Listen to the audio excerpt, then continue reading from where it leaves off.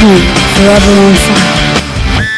ಸಚಿವರು ಪಕ್ಷದ ಹಿರಿಯ ನಾಯಕರ ಜೊತೆ ಚರ್ಚೆಗೆ ಮುಂದಾಗಿದ್ದಾರೆ. ಸಿಎಂ ಸಿದ್ದರಾಮಯ್ಯನವರು ಕೆಲ ಪೂರ್ವ ನಿಗದಿತ ಕಾರ್ಯಕ್ರಮಗಳನ್ನ ರದ್ದು ಮಾಡಿಕೊಂಡಿದ್ದಾರೆ. ಕೆಲ ಸಚಿವರಿಗೆ ಬೇರೆ ಬೇರೆ ಕಡೆ ಕಾರ್ಯಕ್ರಮಗಳು ಕೂಡ ಇದ್ವು, ಅವುಗಳನ್ನ ರದ್ದು ಮಾಡಿಕೊಂಡಿದ್ದಾರೆ. ಸಚಿವರ ಜೊತೆ ಹಿರಿಯ ಮುಖಂಡರ ಜೊತೆ ಚರ್ಚೆ ಮಾಡೋದಕ್ಕೆ ಅಂತ ಸಿಎಂ ಸಿದ್ದರಾಮಯ್ಯನವರು ಮುಂದಾಗಿದ್ದಾರೆ. ಸಿಎಂ ನಿವಾಸದತ್ತ ಮುಖ ಮಾಡಿದ್ದಾರೆ. ಅನೇಕ ಸಚಿವರು ಹಿರಿಯ ಕೈ ನಾಯಕರು ಕೂಡ ಸಿಎಂ ಸಿದ್ದರಾಮಯ್ಯನವರ ನಿವಾಸದತ್ತ ಈಗ ಮುಖ ಮಾಡಿದ್ದಾರೆ.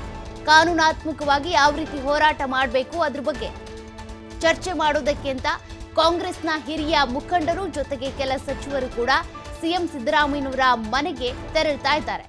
ಈ ಮೂಲಕ ಚರ್ಚೆಯನ್ನ ಮಾಡ್ತಾ ಹೋಗ್ತಾರೆ ಸಿಎಂ ಸಿದ್ದರಾಮಯ್ಯನವರು. ಈಗ ಅನೇಕ ಕಾರ್ಯಕ್ರಮಗಳಿರ್ತಾವೆ ಸಚಿವರಿಗಾಗ್ಲಿ ಹಿರಿಯ ಮುಖಂಡರಿಗೆ, ಆ ಕಾರ್ಯಕ್ರಮಗಳನ್ನು ಕೂಡ ರದ್ದು ಮಾಡಿಕೊಂಡು ಸಚಿವರು ಈಗ ಸಿಎಂ ಸಿದ್ದರಾಮಯ್ಯನವರ ನಿವಾಸದತ್ತ ತೆರಳಿದ್ದಾರೆ.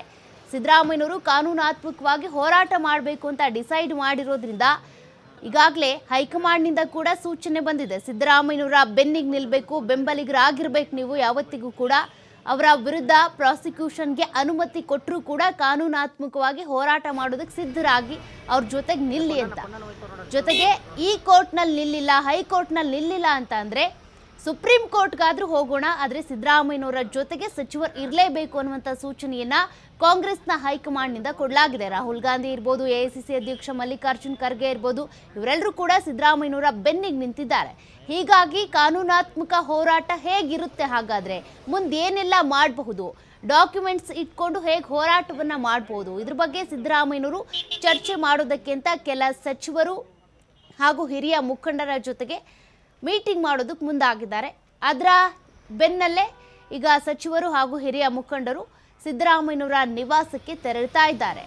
ಹಿಂದಿನ ಕೇಸ್ BS ಯಡಿಯೂರಪ್ಪನವರ ಕೇಸ್ನಲ್ಲಿ ನೋಡೋದಾದ್ರೆ ಹೈಕಮಾಂಡ್, ಬಿಜೆಪಿ ಹೈಕಮಾಂಡ್ ಅವ್ರ ಬೆನ್ನಿಗೆ ನಿಂತಿರಲಿಲ್ಲ. ಆದರೆ ಸಿದ್ದರಾಮಯ್ಯನವರ ಕೇಸ್ನಲ್ಲಿ ಬದಲಾವಣೆಗಳಿದ್ದಾವೆ. ಸಿದ್ದರಾಮಯ್ಯನವರ ಪರವಾಗಿ ಹೈಕಮಾಂಡ್ ನಿಂತಿದೆ, ಬೆನ್ನಿಗೆ ನಿಂತಿದೆ, ಸಹಕಾರವನ್ನ ಕೊಡ್ತಾ ಇದ್ದಾರೆ. ಏನೇ ಬಂದರೂ ಕೂಡ ಫೇಸ್ ಮಾಡೋಣ, ಕಾನೂನಾತ್ಮಕವಾಗಿ ಹೋರಾಟ ಮಾಡೋಣ ಅಂತ. ಹಾಗಾಗಿ ಸಚಿವರು ಕೂಡ ಅವ್ರ ಮನೆಗೆ ತೆರಳುತ್ತಾ ಇದ್ದಾರೆ. ಡೀಟೇಲ್ಸ್ ಕೊಡ್ತಾ ಹೋಗ್ತಾರೆ ನಮ್ಮ ಪ್ರತಿನಿಧಿ ರಾಕೇಶ್. ಈಗಾಗಲೇ ಸಿದ್ದರಾಮಯ್ಯನವರ ವಿರುದ್ಧ ಕೇಳ್ಬರ್ತಾ ಇರುವಂತಹ ಮುಡಾ ಕೇಸಿಗೆ ಸಂಬಂಧಪಟ್ಟಂತೆ ಪ್ರಾಸಿಕ್ಯೂಷನ್ಗೆ ಅನುಮತಿ ಕೊಟ್ಟಿದ್ದಾರೆ. ಜೊತೆಗೆ ಕಾನೂನಾತ್ಮಕವಾಗಿ ಹೋರಾಟ ಮಾಡೋದಕ್ಕೆ ಸಿದ್ದರಾಮಯ್ಯನವರು ಸಿದ್ಧರಾಗ್ತಾ ಇದ್ದಾರೆ. ಅವ್ರ ಮನೆಗೀಗ ಕೆಲ ಸಚಿವರು ಹಾಗೂ ಹಿರಿಯ ಮುಖಂಡರು ಹೋಗ್ತಾ ಇದ್ದಾರಂತೆ. ಯಾವ್ಯಾವ ಮುಖಂಡರು ಸಚಿವರು ಹೋಗ್ತಾ ಇದ್ದಾರೆ, ಏನೆಲ್ಲ ಡಿಸ್ಕಷನ್ ಆಗ್ಬೋದು ಇವತ್ತಿನ ಈ ಒಂದು ಸಭೆಯಲ್ಲಿ? ತಮ್ಮ ವಿರುದ್ಧದ ಮೂಡ ಹಗರಣಕ್ಕೆ ಸಂಬಂಧಪಟ್ಟ ಹಾಗೆ ರಾಜ್ಯಪಾಲರು ಪ್ರಾಸಿಕ್ಯೂಷನ್ಗೆ ಅನುಮತಿ ನೀಡಿರುವ ವಿಚಾರಕ್ಕೆ ಸಂಬಂಧಪಟ್ಟ ಹಾಗೆ ಮುಖ್ಯಮಂತ್ರಿಗಳು ಈಗ ಕಾನೂನಾತ್ಮಕ ಹೋರಾಟಕ್ಕೆ ಮುಂದಾಗಿದ್ದಾರೆ. ರಾಜ್ಯಪಾಲರ ಈ ನಿರ್ಧಾರದ ವಿರುದ್ಧ ಕಾನೂನಿನ ಮುಖಾಂತರ ತಿರುಗೇಟನ್ನು ನೀಡುವುದಕ್ಕೆ ಮುಖ್ಯಮಂತ್ರಿಗಳು ಹಾಗೆ ಅವರ ಸಚಿವ ಸಂಪುಟದ ಸದಸ್ಯರುಗಳು ಸಿದ್ಧತೆಯನ್ನ ಮಾಡ್ತಿದ್ದಾರೆ.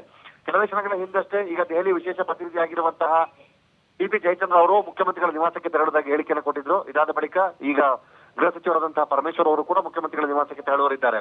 ಮುಖ್ಯಮಂತ್ರಿಗಳು ಇವತ್ತು ತಮ್ಮ ನಿಗದಿತ ಕಾರ್ಯಕ್ರಮವಾದಂತೆ ಅರಮನೆ ಮೈದಾನದಲ್ಲಿ ಸರ್ಕಾರಿ ನೌಕರರ ಕಾರ್ಯಕ್ರಮದಲ್ಲಿ ಭಾಗವಹಿಸಬೇಕಾಗಿತ್ತು. ಇಷ್ಟೊತ್ತಿಗಾಗಿ ಅವರ ಕಾರ್ಯಕ್ರಮ ಇರಬೇಕಿತ್ತು. ಆದ್ರೆ ಈ ಕಾರ್ಯಕ್ರಮಕ್ಕೆ ಇನ್ನೂ 1 ಗಂಟೆ ತಡವಾಗಿ ಬರ್ತೇನೆ ಅನ್ನುವಂತ ಮೆಸೇಜ್ ಅನ್ನು ಕಳಿಸಿದ್ದಾರೆ ಅನ್ನುವಂತ ಮಾಹಿತಿ ಇದೆ. ಸೊ ಇದಕ್ಕೂ ಮೊದಲು ತಮ್ಮ ಆಪ್ತ ಸಚಿವರುಗಳು ಹಾಗೆ ಪಕ್ಷದ ಪ್ರಮುಖ ನಾಯಕರುಗಳ ಜೊತೆ ತಮ್ಮ ನಿವಾಸದಲ್ಲಿ ಸಭೆಯನ್ನು ನಡೆಸುವರಿದ್ದಾರೆ.